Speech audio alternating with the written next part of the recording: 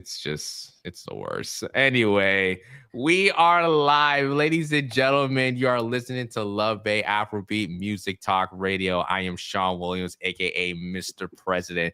And today you're listening to the Safe Room, a safe space for entrepreneurs, business owners, and hosts of LuvBay Radio to share their personal stories. And the reason why I said that last statement is because we have a fellow LuvBay member here for the conversation. She is the Hey. host of the Mental Health Hour. And then you see is the topic, any hour is mental health hour. And honestly, I think it's going to be very good for me. Based on how my week's been, I'm definitely going to need it. She's an absolute pro. So I don't have to give her the crazy introduction. She is a registered psychotherapist. She is also the founder of Rooted in Resilience. And I feel like she has the utmost responsibility to keep me resilient for this conversation. But I know she's going to hold her own. So, ladies and gentlemen, without further ado, Miss Felicia Fischhoff. Felicia, how are you doing? I am doing well. Thank you. So happy to be here. Thank you so much, Shon, for inviting me on the show. Of course. Honestly, like I actually made this declaration back at the Voice of Millennials Youth Summit in I think it was July. Time is flying already. Oh my goodness.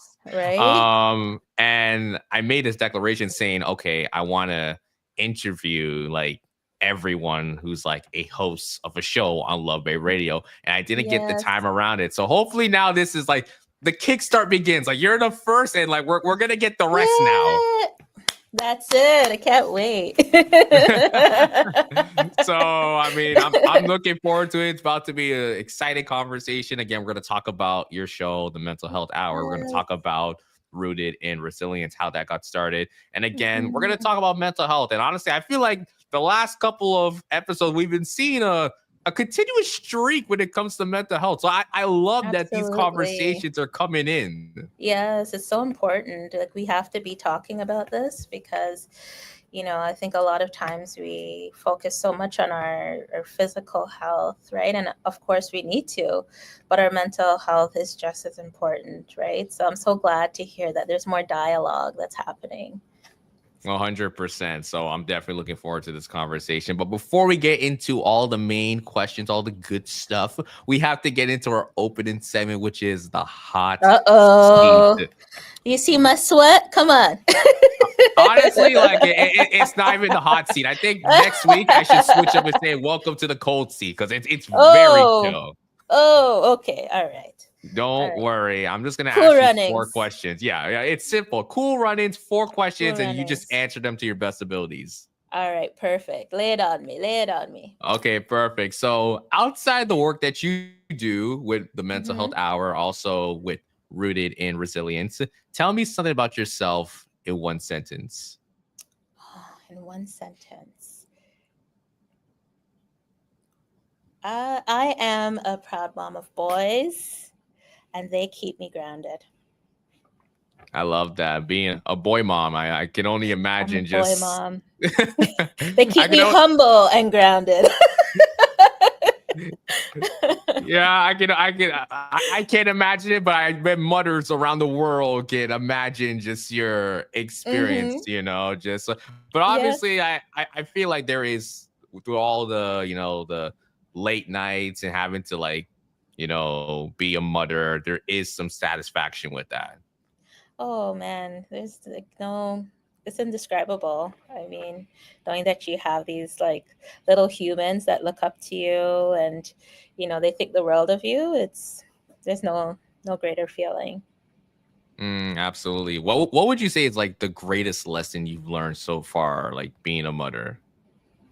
I guess the greatest lesson that I've learned is that your kids aren't looking for perfection. They love you regardless.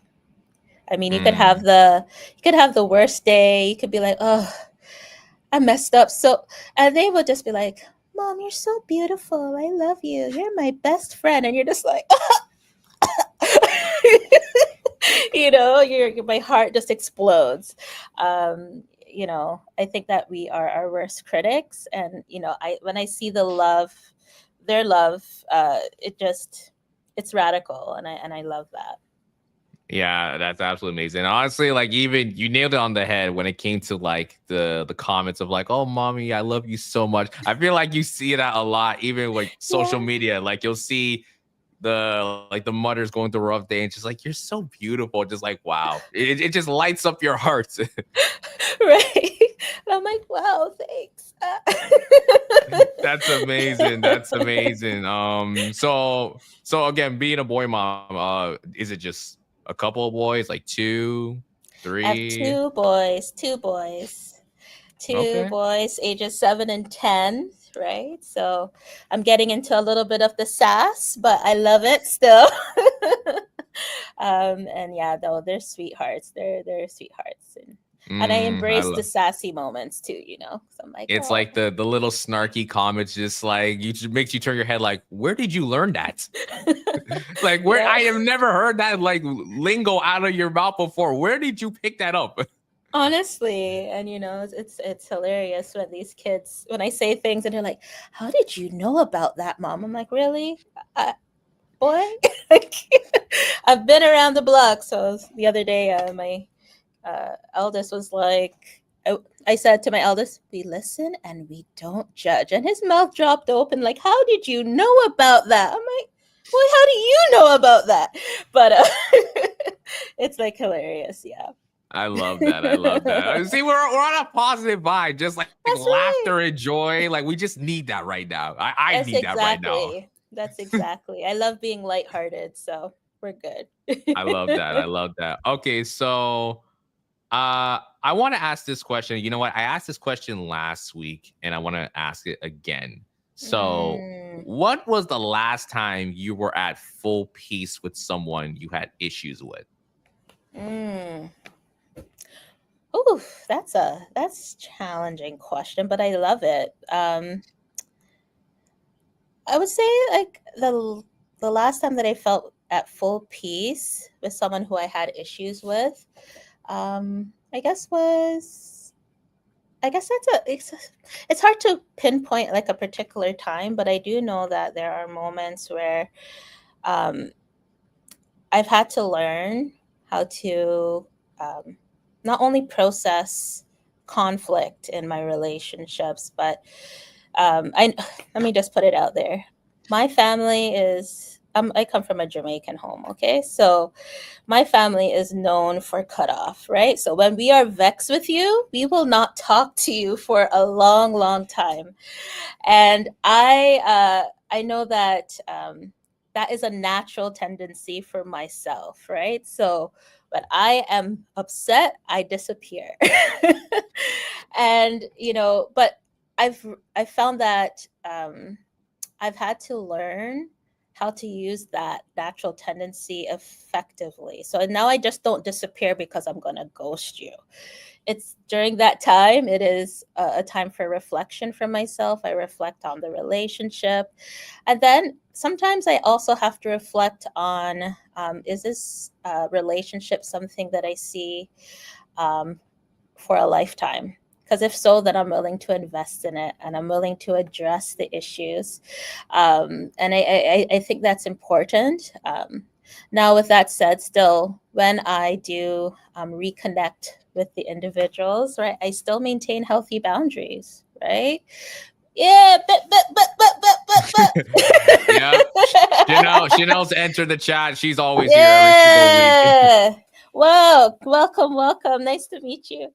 And so, yeah, no, I think it's important. I think reconciliation looks different for everyone, but I think that if you could take that time to process what's at stake, and if that relationship is worth fighting for, then you'll do what it takes to reconcile. Um, yeah.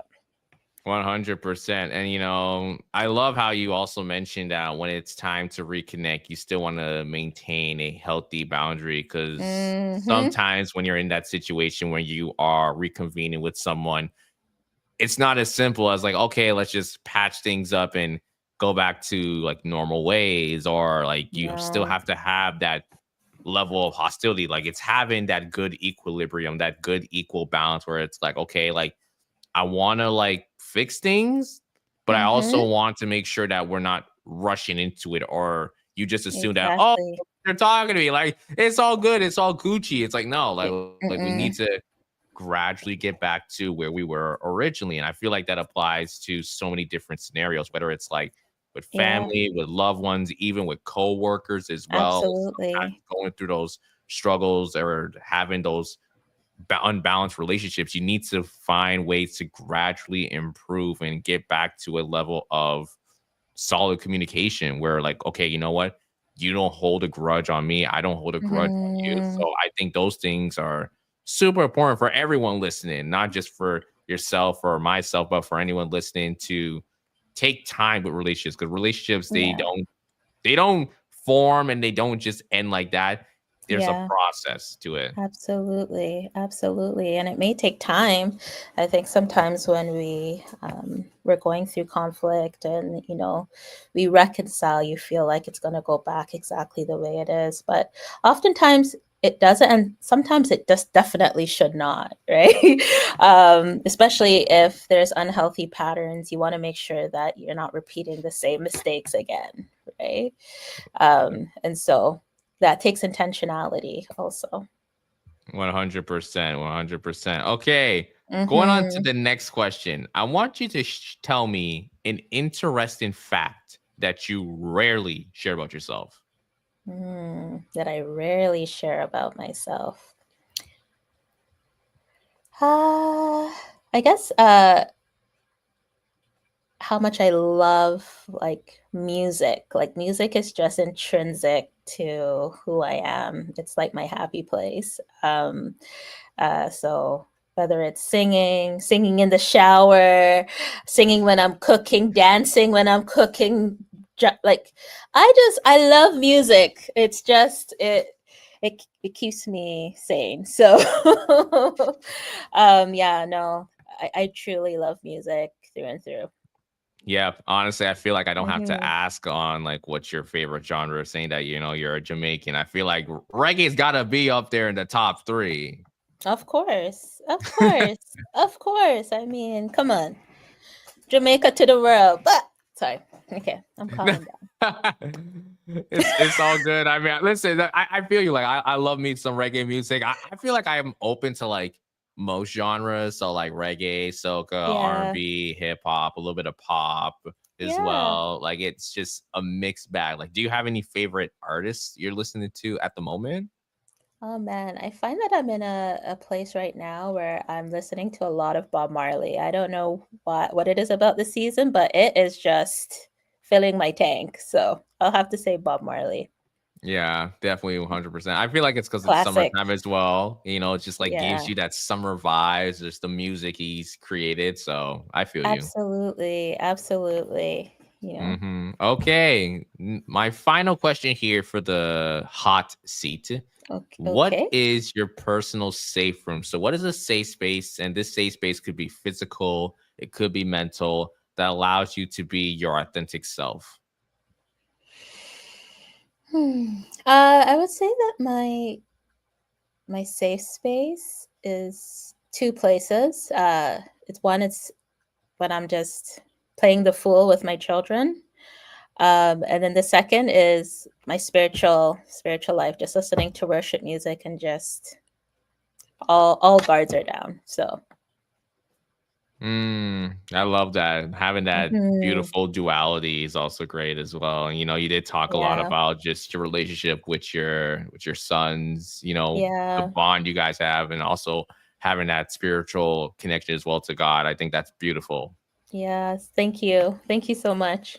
Yeah, 100%. Honestly, I feel like, for a lot of folks, we get a lot of different answers, but this is like a very common one because I think for many of us, especially like from the Caribbean, there's just Yeah, something about that relationship with family and with God that's like it's wholesome and yeah, it never leaves us. It's kind of generational in a yeah. way. Absolutely. It's like that's where our roots are. It goes down deep, you know? So, you know, when Mm, those areas are suffering, usually you can see the impact on us because those are things that are so intrinsic to who we are. Yeah, definitely too. And just noticing how like the world is today, like we want to keep our family and loved ones close because we never know when we may see someone for the very last time, whether it's, like Mm-hmm. unfortunately, and I don't want to wish this on anyone if someone were to pass away, or even if you just like Yeah. walk away, like you mentioned cutoffs, like you have an Yeah. argument and you never see that person ever again. Sometimes you maybe want to have that reconciliation period to reconnect and Absolutely. just get things off your chest. And again, like you mentioned, Felicia, it Mm-hmm. may not even be a situation where like things have to be patched back together, but it's like I just need to say like these final things, or I just want to reconnect and just get everything off and just feel at Mm-hmm. peace with myself. Absolutely. I think a big part of the healing process is closure, right? And I think a lot of us seek that in different ways, right? So you're right. Like life is short. You really never know it. I mean, tomorrow's not promised for anyone, right? So, uh, you know, taking life one day at a time and doing our best to, patch the relationships that again we feel is worth investing in. Sometimes we don't get the closure in that way, depending on the situation, but also just releasing it in our own way so that we can heal and that we can move forward. 100%. Okay, Mhm. so that's a little bit of the hot seat right there. Nothing too crazy, like I mentioned before. So very, very chill. Yes. So before we get into the questions again, if you guys are just tuning in, you're listening to the Safe Room here on LuvBay Radio. We're here with Felicia, the host of the Mental Health Hour here on LuvBay Radio, and also the founder behind Rooted in Resilience. So we got a guest that's doing double work, double time. Yeah, double You know, time. Woo. we love to see it. So now let's get into the mental health hour. I want to talk a little Mhm. bit more about your show, just what is the origins, what it's about, and how has the experience, being on Love Bay Radio been for you Yeah. so far? Yeah, absolutely. Well, hats off to Dr. Tapo, who was the previous host of the Mental Health Hour.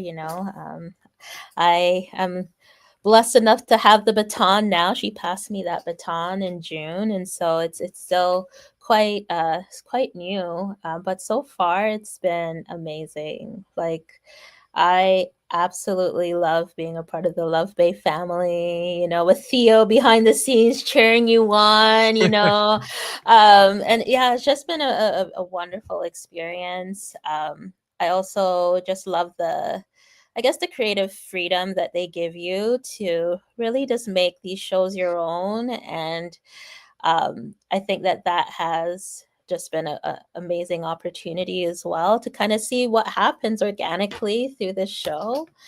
And I think it's been great so far. Like I've enjoyed it thoroughly. I've heard a lot of great feedback, and so I'm looking forward to continuing to make impact in this area. Yeah, 100%. Honestly, like I think we need to get TYB like on the show, like an actual interview, or Janice or someone, the entire Right? Love Bay family. I feel like we need Yeah. to get them on because like they're so amazing. Like you Yeah. mentioned, the Absolutely. creative freedom that they have given us is like tremendous. Like, allowing us to create Yeah. our own identity and characters with our shows is like super amazing. And again, you stepping in for Dr. Tapo, just I can only imagine the Yeah. responsibility that was on your shoulder. Like, oh man, like I have to come in and not only maintain the status of the show, but kind of give it my own flair and my own style. Like, how was that for you? Do you feel like that was just something you had to take some time on, or do you feel like it was just kind of easy to you, maybe based on like your own work, with Rooted in Resilience and just being able to speak to people on a regular basis, that it was just a natural instinct to come on here with the Yeah. mental health hour show and just have these amazing conversations? I mean, after I got away from the shock that I was chosen to be the host, because I think I really was just like, oh, I'm just gonna shoot my shot. Like you miss all you miss the shots you don't take, right? So I was like, okay, well, I'm just gonna shoot my shot and see. And then when I got the call that, oh yeah, no, we want you to be the host, I was just like, what? It was really like amazing. I was like, wow, I felt really honored. I still do. Um, and when I sat down and I thought about, not only the legacy that Dr. Tapo has left behind with this show, I was really just thinking about, okay, what is the impact that I want to make on in our community? And I knew that this had to be a platform that I would share with community, to be able to share the things that are on their heart, because there's so many amazing practitioners in our culture, and I feel like there's not always opportunity for them to share with our community. And I was like, no, I want to make sure that um, it's relevant in the way that people who are actually in the field, or they do particular things as it relates to mental health, they get an opportunity to share about the issues that they're seeing. And I think that, I mean, can we get more real than that, right? So just kind of the way that I remember, just my son was in an appointment and I was just like, okay, God, what do you want me to do with this? Like, I need to start mapping this out for the year.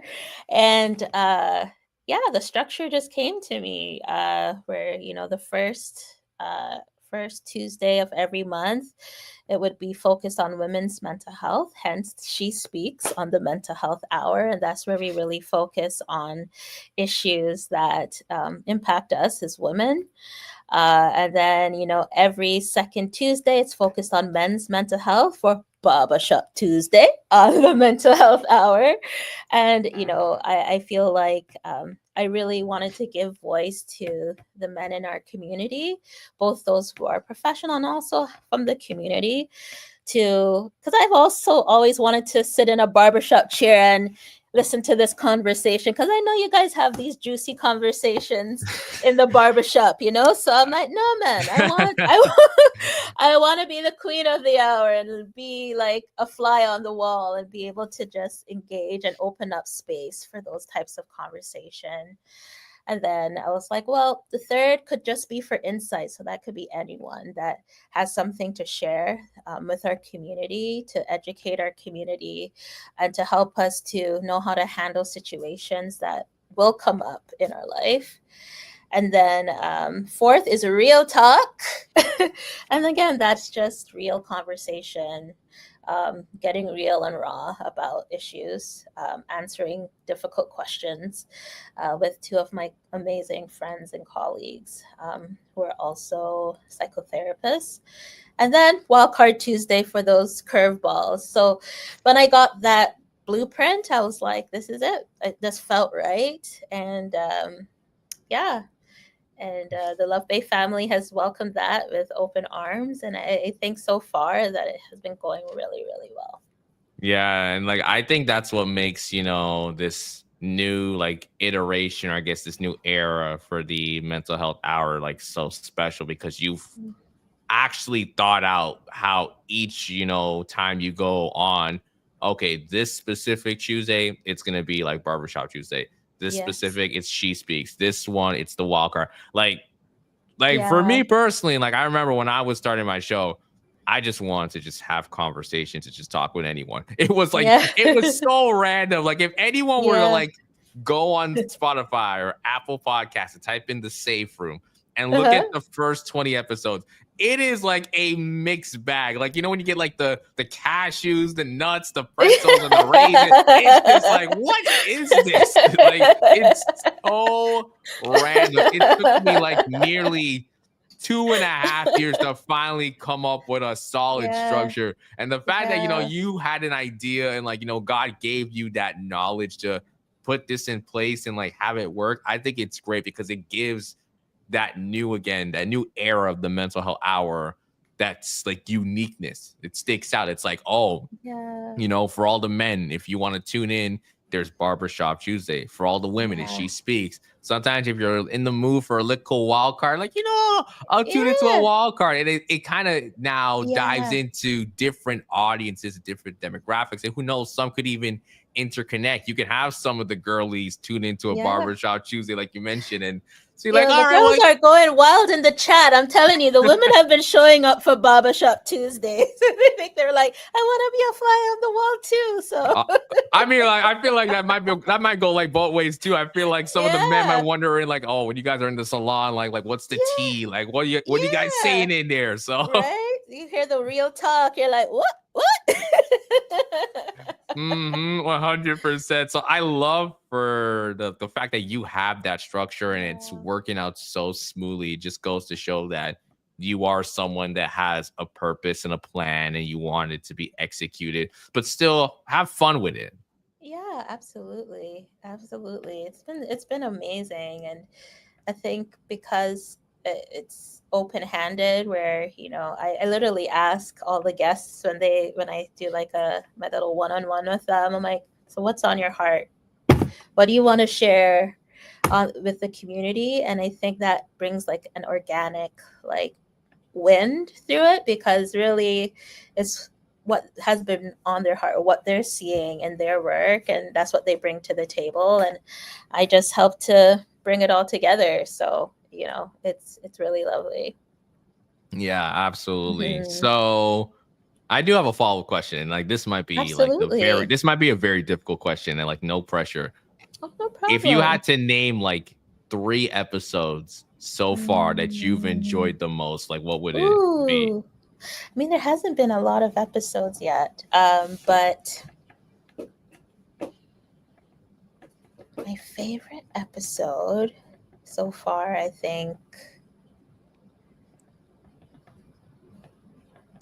the first one would have been like just that first Barbershop Tuesday, because it was, I think that was the one that I was like, I feel like we don't talk about this enough. Like, we don't talk about men's mental health, and to see the response to it, I think that is historical for me. I had some family that listened into that, and the positive feedback that I heard from that, and I think that was great. My next favorite episode. How many episodes did you tell me to name, or was it just one favorite? I mean, I said 3, but you 3? Said there's not that much you've been able to do so far. So I mean, you could stay at 1 if you have 2 more. That's totally fine. That's oh my gosh, because they've all been so good. Like I've taken so much from it. Like it's a very difficult question. Honestly, if you ask me, I could not give you. I've done like close to 200 episodes. So it's like, it's hard because there's like gems in each one of them. And it's like, oh, which gem do I choose? Who knows? Yeah, it's very difficult. Who knows? I might, maybe one specific episode, I might do a tier list. I might go through every single of my interviews and rank them. Honestly, there might be some hurt feelings. Some people I've probably said in a conversation, like, oh, this is one of my best conversations. Then go back and listen, like, you know what? Yeah. I don't know. Just like, I might hurt some feelings. So maybe I'm thinking of it, but I'm not sure. Yeah, I mean, the lineup that we've had too, it's like they're all so amazing. So I don't know. Yeah. I mean, we'll see. To be continued on that statement. That's right. I want to go on now to Rooted in Resilience. Now, one of the services that you provide is group therapy. So I wanted to ask you specifically is, what are some aspects that clients and most people overlook when it comes to group therapy itself, and like even some of the benefits? Because I know maybe some folks may not know exactly the specification on what group therapy is, what that looks like in real times, and maybe some people assume it's like, am I like sitting in a room just like sharing my thoughts like what we see on TV? Because sometimes like when you look at Western media, you think like, oh, like we're all just in a circle, just like giving out our thoughts. It's like, I'm not into that. Like, I don't want to be sharing my business with someone in terms of like what I do. But maybe, I don't know, there could be misconceptions. And again, this is just me asking generally too, because I've seen it on TV and I'm like, there's no way therapy is like this. I'm like, but I don't know. So, I mean, you're the expert, or I guess you have some expertise. So, I mean, I want to ask you again, like, what are some aspects that you feel some clients and most people overlook when it comes to group therapy and the benefits? Yeah, I mean, okay, group therapy in a traditional sense is, a group of about 6 to 8, max 10 people. So it's a very small group. And it just really depends on the situation. Like some people might want to develop a group over like a particular loss or grief of somebody, and everyone's kind of having struggles. Coming to terms with this loss. So in a kind of like a structured way, it's about making space and talking about different aspects of the grief. So there's groups where, it might focus on a particular topic. So like depression or anxiety or addiction. And it just really depends on the facilitator too, and the way that they structure those group therapy sessions. I guess a huge benefit is that if you are new to therapy and you're afraid to do it one-on-one, or if maybe you want therapy and you can't afford like maybe an individual session, it's a great way to get your feet wet and work towards something specific, right? So if you're experiencing anxiety and you want some coping skills and tools, and then you can do that. Typically, like also, everyone's in the same boat in that case. So even if you do share, it's more just, it's going to help somebody else. And then they'll be like, oh yeah, I experienced that too. You feel a little bit less alone. But, and then I guess the non-traditional sense, couples therapy is group therapy because there's more than one person. Family therapy is group therapy because there's more than one person. But if you look at the traditional sense of group therapy, it is like a group of 6 to 10 people, really talking about issues as it pertains to something. So even like domestic violence. And sometimes people who go to group therapy, they also want to sit in a room with other people who've experienced it. And I think as much as a lot of people might shy away from it, there's also power in shared experience, which I think is integral to a lot of our cultures, right? Like we heal in community, we heal in sharing our stories and those difficult parts, but it takes time to really build that trust. And so I know with group therapy, a lot of it is building that trust with each other for a certain amount of time or a couple of weeks, or however long the group takes to go through its program. And yeah, I mean, some people prefer it because they want to get that validation from a group of people. And so that's in itself is healing for some. Yeah, I definitely hear you. And Yeah. I mean, I appreciate you breaking it down from a traditional and non-traditional standpoint, because I think that's Yeah. important, especially the non-traditional aspect that, yeah, couples therapy is technically group therapy because it's more Yeah. than one. Family Yeah. therapy the same way. And I feel Mhm. like for a lot of people sometimes, and again, you have the expertise. So I'm just kind of sharing just from the heart. I feel like even No, I love sometimes that. Yeah. from the people that you surround yourself with, Mhm. like your friends, even some of your coworkers, you do get those small settings or those small moments where it kind of feels like a therapy session, a group therapy session where you're letting out grievances and things that you're going through.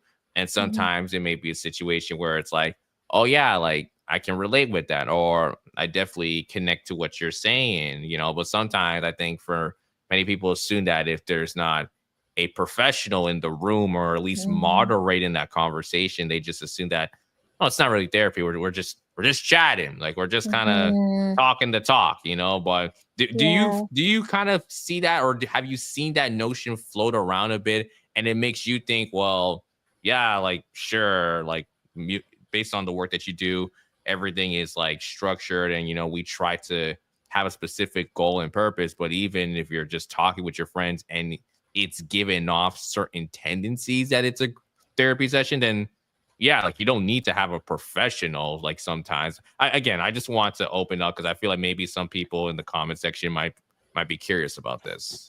Yeah, I mean, I would say that it's still not therapy because, like for example, like a lot of clients will say to me, I've talked to my friends about this, I've talked to my family, but I need someone who's objective.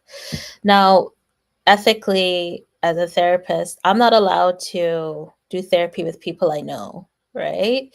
And there's a reason for that because sometimes when we're too close to something, it's hard for us to remain objective.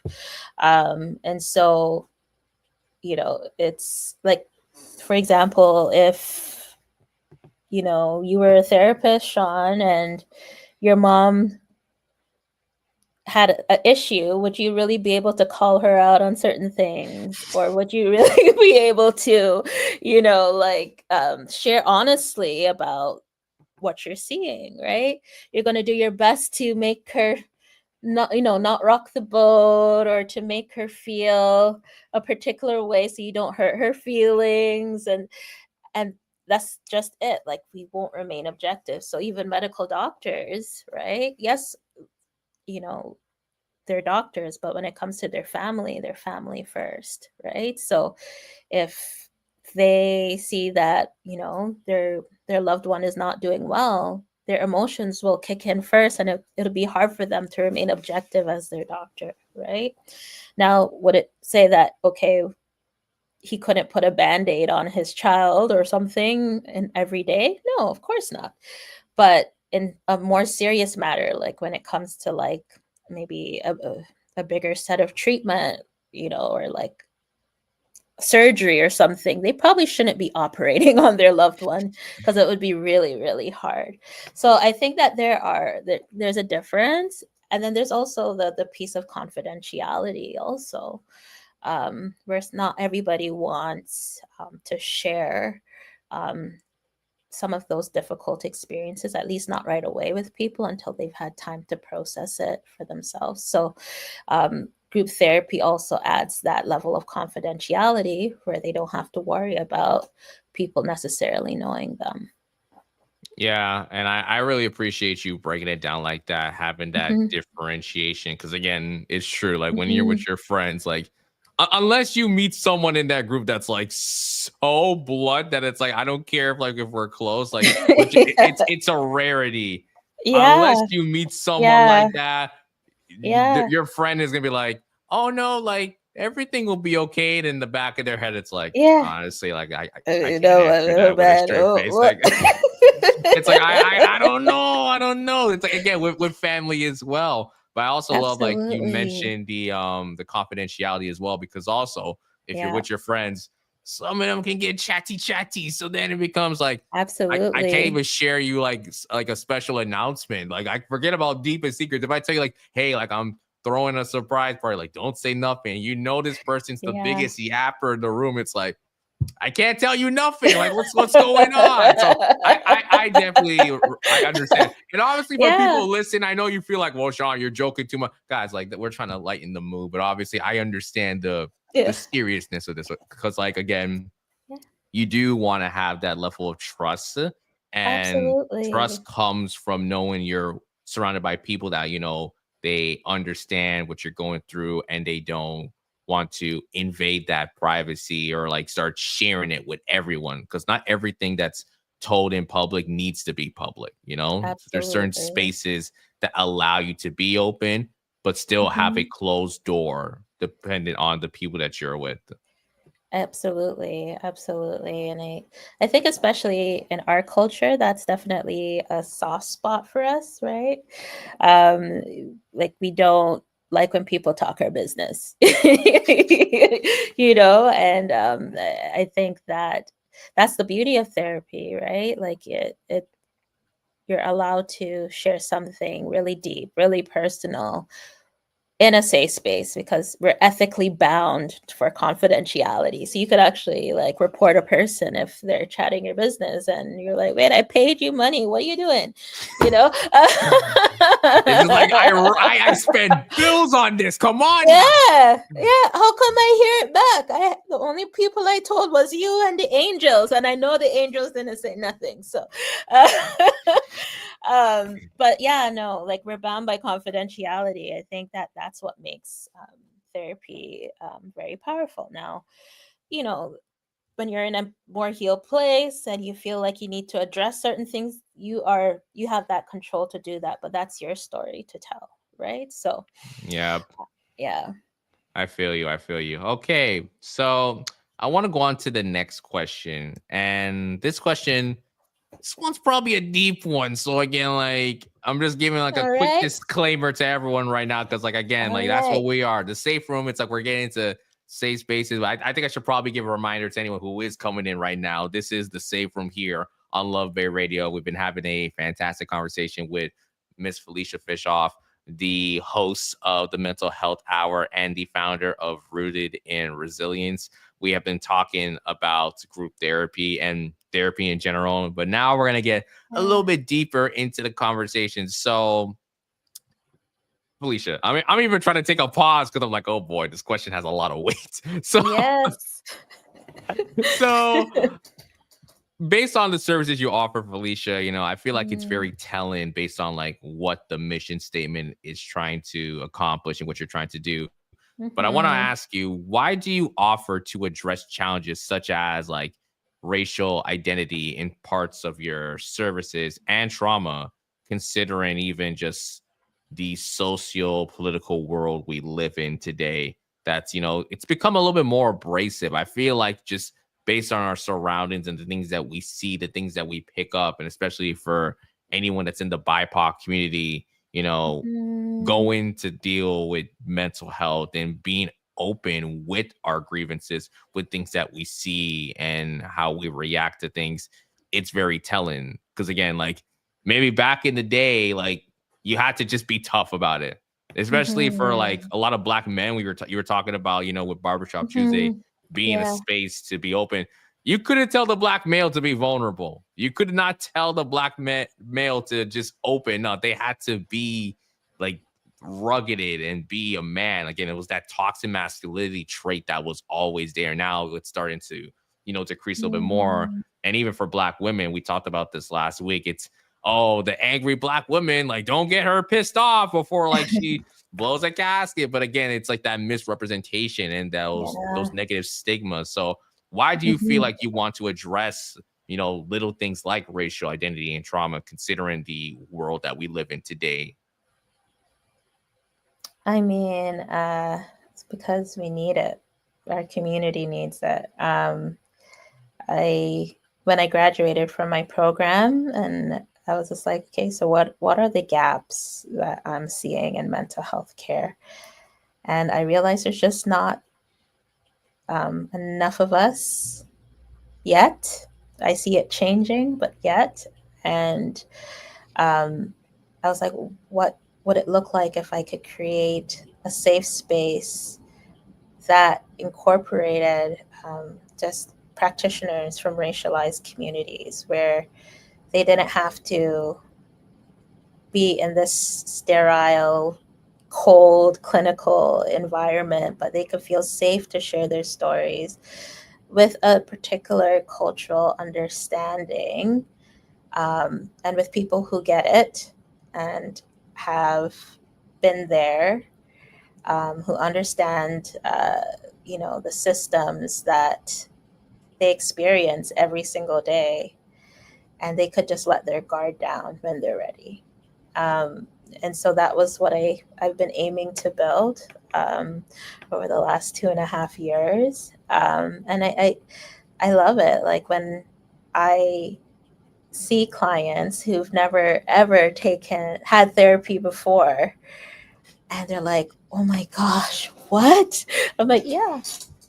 And it like they keep coming back and they start telling their friends. And that's what I aim to do. I aim to break the stigma in our communities about I don't tell nobody about my business. That's what I grew up hearing my mom say all the Yep. time. I don't tell nobody about my Black business. people don't do therapy. We don't do that. Right? But it's life changing. If you find a good fit for you for therapy, now not every therapist is the fit for you. So there's free consultations for a reason. That reason is that not everyone you're gonna drive with. So do a few, right? And then when you find that person that you feel like, okay, I feel like I can give them a try, then you take that step, right? But it is life changing, and I feel like now, especially this generation, we're a lot more open to trying therapy, but there's still a bit of hesitation, and so I am trying to aim to bridge some of that gap. Yes, there may be hostility, or how come there's only particular types of practitioners in your practice, but you can just do a Google search and you can find other cultures easily. But for us, we need space, and we need safe space, and we heal in community. And I know that for a fact. In countries where maybe therapy isn't a big thing, we heal in community in our own way. And so if I could create space through my practice, that's what I aim to do, regardless of what Yeah. other people want to say about it. I don't really, whatever. I Yeah. have a purpose. I have a Yeah. purpose. So yeah. 100%. And it makes me think about last week's conversation. We had Cassandra Francis, who was the founder of One Mm, Piece Therapy. And, mm, I mentioned one particular point that based on yeah. the team of practitioners she's put together, it's Mm-hmm. all people like BIPOC, Mm-hmm. and Yep. mostly women as well. So, Mm-hmm. you are seeing like a concentrated field, but again, there's a meaning behind that because like we need it, like you We mentioned, need like it. those are like focal points that we need to start addressing. Like if you want to find like a therapist that's like based on your culture, then yeah, you can search it up. But like we're here because we need to be focusing on our people. We need to be supporting our people. So I Mm, definitely, agree on that sentiment of just wanting to look out for each other. Cause like there are times yeah. we don't look out for each other. And again, this whole show of the safe room is that we talk about business entrepreneurship. And one thing I've always mentioned is that how do we bring in guests that not only talk about their own personal experience, but how do Mm, the services and the stuff they provide correlate to the life of a business owner, entrepreneur? When you're an entrepreneur, you're your own boss 24/7. So even your mental health is like in huge like inclinations, like, oh boy, like sometimes it might be pretty yeah. good. And then there's times Mm-hmm. it's really, really bad where it's like, I just don't want to Right. do anything. It's just I want Yep. to avoid the world. I just want to get offline. Like that was me like the end of 2024. Like I was so Yeah. tired with like my show. I had to step Yeah. away from LuvBay because I just needed to Yeah. reset and just take some Yeah. time off. So I mean, I think it's super Yeah. important that you're trying to break the stigma. I love that little phrase you mentioned, breaking that stigma and trying to change the Yeah. conversation. And I want to ask a quick follow-up question. Of So course. based on what you're trying to do with the mission statement, trying to break the stigma, have you tried to like take parts of what you're doing and bring it into different settings, like maybe like in schools, like in like teach students a little bit about what you're doing, or maybe in different places, or like taking it across the world? Have you thought about doing something like maybe in the Caribbean, in Jamaica? I can see something like that for you. Yeah, I would love to. I mean, it's been 2.5 years, so I've been really trying to focus like locally. Like, I'm really big on partnerships because, again, community is everything. That's kind of one of the things that I live by, and so I go to. If you're at wellness events, you most likely see me there with my table uh, all day, handing out water bottle stickers and talking about our services, because I don't believe when it comes to especially the mission that I have, like I can't just be in my office looking out my window. I have to be in community because that's how you build trust. And so I'm working on ways to build trust in community. I would love to get into schools. That's on my bucket list, but I haven't made that plunge yet. But I do workshops from time to time where like I'll work with like my community partners and maybe run like a workshop or something like that. But I'm hoping to definitely do more and make more of an impact locally because I think that it's so important now globally.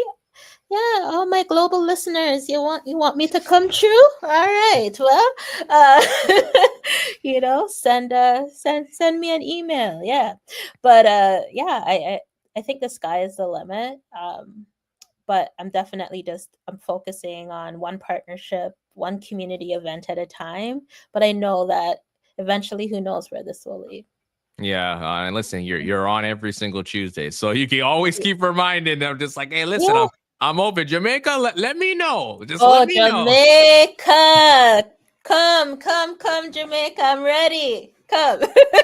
100%. Okay, so I want to switch things up a bit, and I want to do a little bit of a role play exercise. This is something we've been Sure. doing for like the last couple of months. Everyone enjoys it here on the show. Mhm. Now, basically, let's just pretend in this situation I'm not me. Like, you're not talking to Shon Williams. You're talking to someone else who has discovered like rooted in resilience and has some questions Mm. about the work that you are doing. Sort of like what we're doing right now, but we're kind of gonna imagine the setting as if it's like a free consultation. Like, I'm booking a Sure. call with you, and I'm gonna Yeah, act as if like, okay, I just want to get more information.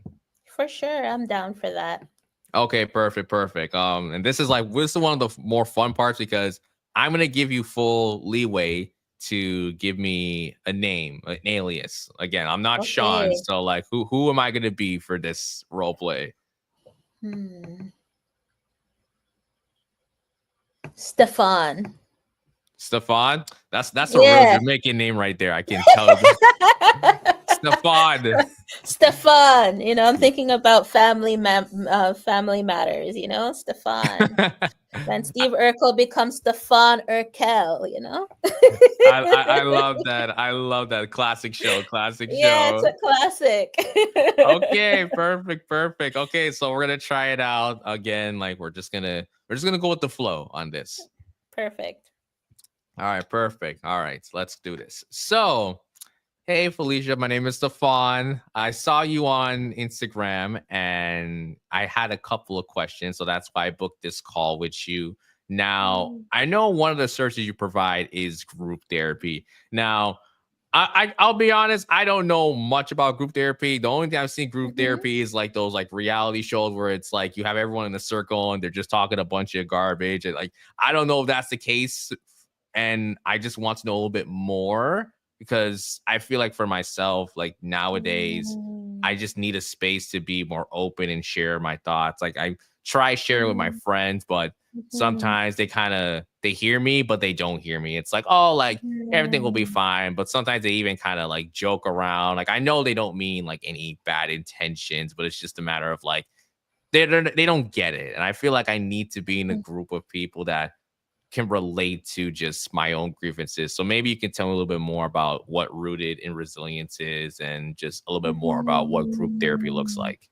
Absolutely. Well, thank you so much, Stefan, for reaching out. I know that it takes a lot of courage to take this first step. And I mean, it takes a lot to um, have that self-awareness to realize that you need to talk about something deeper, and even though you have your friend groups, you're feeling like you want to go a little bit further. So great on you. I think that is wonderful. And like when you talk about group therapy, well, let me back up. So Rooted in Resilience, we are a psychotherapy service, and so we provide psychotherapy, which means that we are trained in a bunch of different modalities and treatments from CBT, DBT. There's different types of things that we use. It depends on the practitioner. And that's what we use to help you work through what you've been experiencing. So just think about it like a toolbox. I am equipped with a whole bunch of different tools, and I use those tools to help you work through the things that you're experiencing. And I know that you mentioned that you are interested in group therapy, and so if I may ask, like what is actually bringing you to therapy? Like, what are the types of things that you are hoping to talk about? Yeah, honestly, I would probably say a lot of it has to do with just like some family matters. Like Mm, personally, I've just been going mhm, through something that's been a little rough for the last couple of years. And I mm, don't always tell my friends everything, but obviously they see it on me. It's like I'm usually a very uppity, bubbly personality, but nowadays it's like they notice that something's wrong. And I've tried to be a little bit more open, but again, as I mentioned before, they just mhm. don't get it. Maybe because like for them, they've never experienced it, or maybe they just kind of assume that, Yeah. oh, he's always funny and quirky. So like maybe it's just like Mhm, I don't know if he's messing with us, or maybe it's like okay, it's not as bad because like he always tries to see like the bright spots of everything. But it's uh-huh. been pretty hard, and I'm trying to talk about it Mhm. more. So I mean, again, it has been rough on my end when it comes to like family matters. Okay. And then how would you say that the family matters are impacting you personally? I mean, I'm just trying to like go through it like day by day, but sometimes it just feels like I don't want to do like anything, whether it's like I have my 9 to 5, I just come home and I don't feel motivated to like do anything else, Mhm, whether it's like reading or like exercising. I'm a huge guy when it comes to like doing like workouts, but nowadays it's just like I don't feel so. And even when I'm not working, I just feel even more lazy because it's like, okay, I'm not mhm, even like doing something to distract me from all the family matters. So, I mean, I try to mhm. stay positive, but obviously it's been a very up and down roller coaster. Okay. So I'm hearing that, you're going through some family issues right now. And the way that it's impacting you is that you're experiencing some low motivation. So it's been difficult to experience like everyday activities in the same way because this particular family issue has been impacting you in a deep way. Yeah, 100%. So, I mean, I'm just trying to see how I Mhm. can just be a little bit more open. Again, I know different people have different experiences, but maybe there's some folks that share that same similarity with me when it comes to family issues or things that they're going through with their family. I was hoping that I could have a space Mhm. like that. Okay. So we currently have a group that's going on right now that really talks about how to navigate family challenges, right? So, from identifying patterns within your family of origin or your family experience. So, kind of identifying maybe some of the patterns that you may see and how that impacts you in the present. We also talk about conflict resolution and how to be assertive in your communication. Would that be something that is of interest to you? Yeah, I mean, I would love to take part of that. Mhm. I feel like I'm telling myself more and more like you just have to take the first step. And I think this is the first step that I'm Yeah. taking. So I would definitely Mhm. love to, take part of that experience. I just have a follow-up question. Is this something where Absolutely. like what does it actually look like? And like by the end of it, is it a matter of just like if my problems Mhm. are solved or if I'm able to get what I get, is it just I move on? Like, do you do like any post evaluation? I guess like this is Mhm. just something I'm curious about as well because sometimes in doing with having my personality, I also ask a lot of questions. That's just me. So Yeah, like that's okay. That's great. That's great. Questions are great. Honestly, like your next steps would be, I would send you your forms and everything like that. I will let you know all about the group therapy sessions and the structure. Every week we focus on something different, but the first one is more about, getting to know the other people in the group, setting, particular expectations, especially we want to make sure that the group feels safe for everyone. And then we start working through the topics one session at a time. By the end of it, we're hoping that you get a better understanding of yourself. If you'd like to continue therapy after that and you feel like it is something that is beneficial and you want to go deeper in a more individual setting, then you could always talk to the therapist or the facilitator, and then you can always book something further in order to really work on maybe issues that weren't addressed in the group setting. Okay, thank you. I really You're very appreciate welcome. Felicia. So I'm Yes, I'm definitely going to take part of this, and I look forward to group therapy. I know this is something that I've been wanting to do for a while, and I'm looking forward to it. wonderful. I look forward to journeying with you. All right, scene. That was great. Yay! You're a good client. I like that. Thank you, thank you. That honestly might be like one of the more like wholesome role plays we've done so far. Like I actually felt Oh, like there thank was a you. connection there. Yeah. And that's what the consultations are about. Like, can you build that connection with the therapist and get your questions answered? Like, what are you hoping to get out of the therapy session? Mm. Yeah, so I love Yeah. that. That's amazing. Okay, before we wrap things up, I got a quick closing activity for this, something on the more fun side of things. So All right. we're gonna do a simple game of would you rather.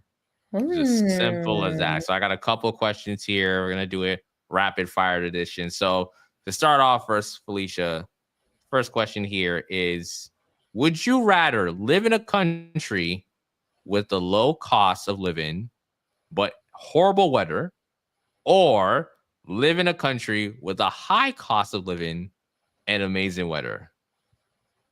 Oh man.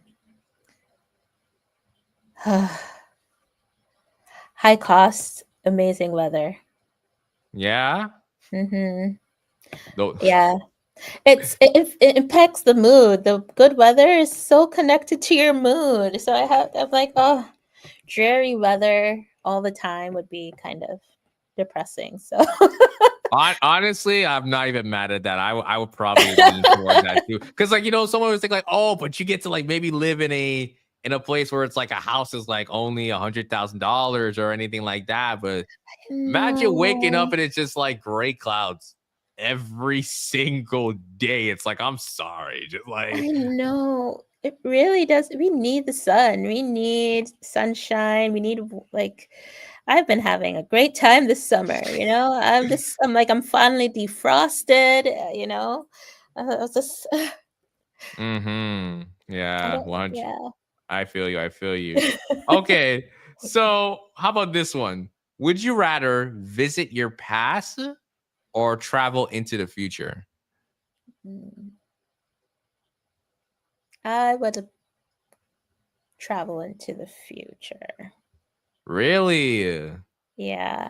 Okay, Yeah. interesting. Interesting. Personally, for me, like I'm visiting the past. I don't want to know what's ahead. Like I feel like that's what God has for me. Like that's Uh-huh. his plan for me. It's like I would rather go back in the past and just kind of relive and just like Mhm. reminisce and see like some of the lessons maybe I forgot and like okay, like this is now things I can go back to and then moving forward have that as a reminder.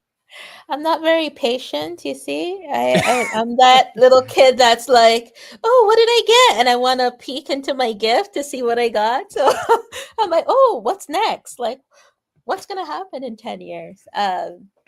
Yeah. And in the past, I mean, as hard as some experiences have been in life, at the same time, I can't say that I would want to change it because it's made me who I am today.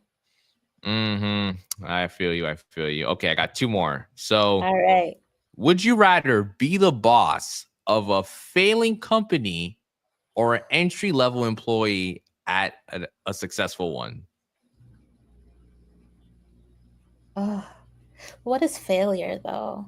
Um, Okay, if we're saying fairly, let's on a financial level, let's just say like they are not like they're in a deficit, like they owe money and like they need to. You're coming in as the boss, trying to flip it around, basically. As even though it sounds easier to be in the entry level position, I think I'd still want to be my own boss. I always choose the harder one, right? Honestly, that I feel like every entrepreneur was gonna say that straight. Yeah. Just like, yeah, I'm gonna be my own boss. Honestly, I'll be honest. I'm taking the entry level because I feel like I need to be able to say, you know what, I've made it as myself, like as a boss, be able to grow success, and I'm just being real. I feel like once I hit that mountaintop, then it's like, okay. And then I'll take any film company and take us to the top. For now, it's like, listen, like I'll gladly be entry level. if I can still like make money and not have to get fired or be worried about being fired, then I'll do that.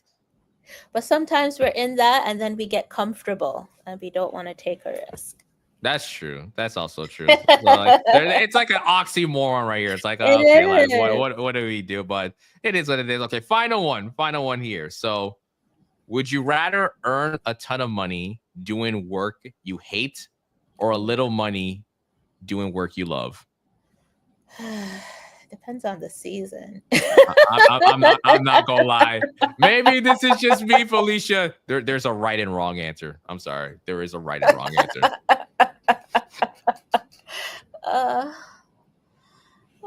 I guess I have to choose the one that I love, because at the end of the day, I mean, I want to make sure I live my life to the fullest and enjoy it.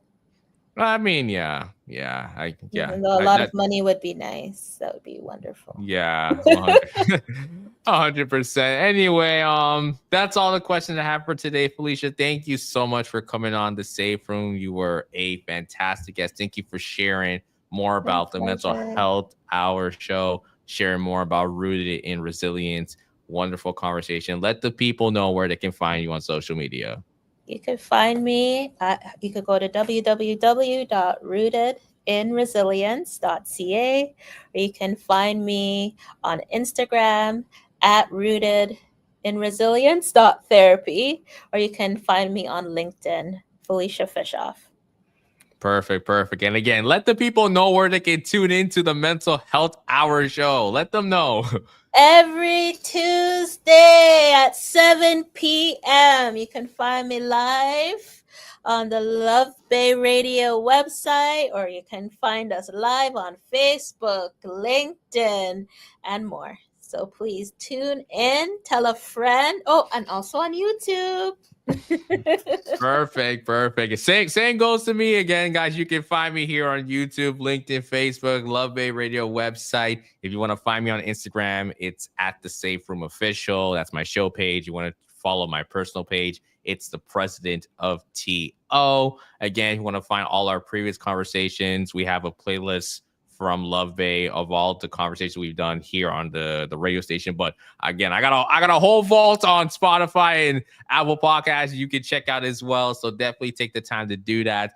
And one quick reminder before we hop off, I'm having my celebration event on September the 28th for 5 years of doing the Safe Room. So again, if you guys want to get your tickets, you want to RSVP your spot, head to my Instagram, click the link in my bio, or head to the pin post, type in cheers, and you'll get the link right there via DM. Again, September 20th from 6 p.m. to 11 p.m. happening at 309 Cherry Street. You want to come out because I got an agenda. I got a full agenda. It's going to be vibes and entertainment, so you want to pop out.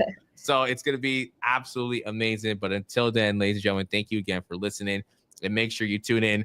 And I find this a little, I know I say this every single week. I mean, no shade that Felicia's here.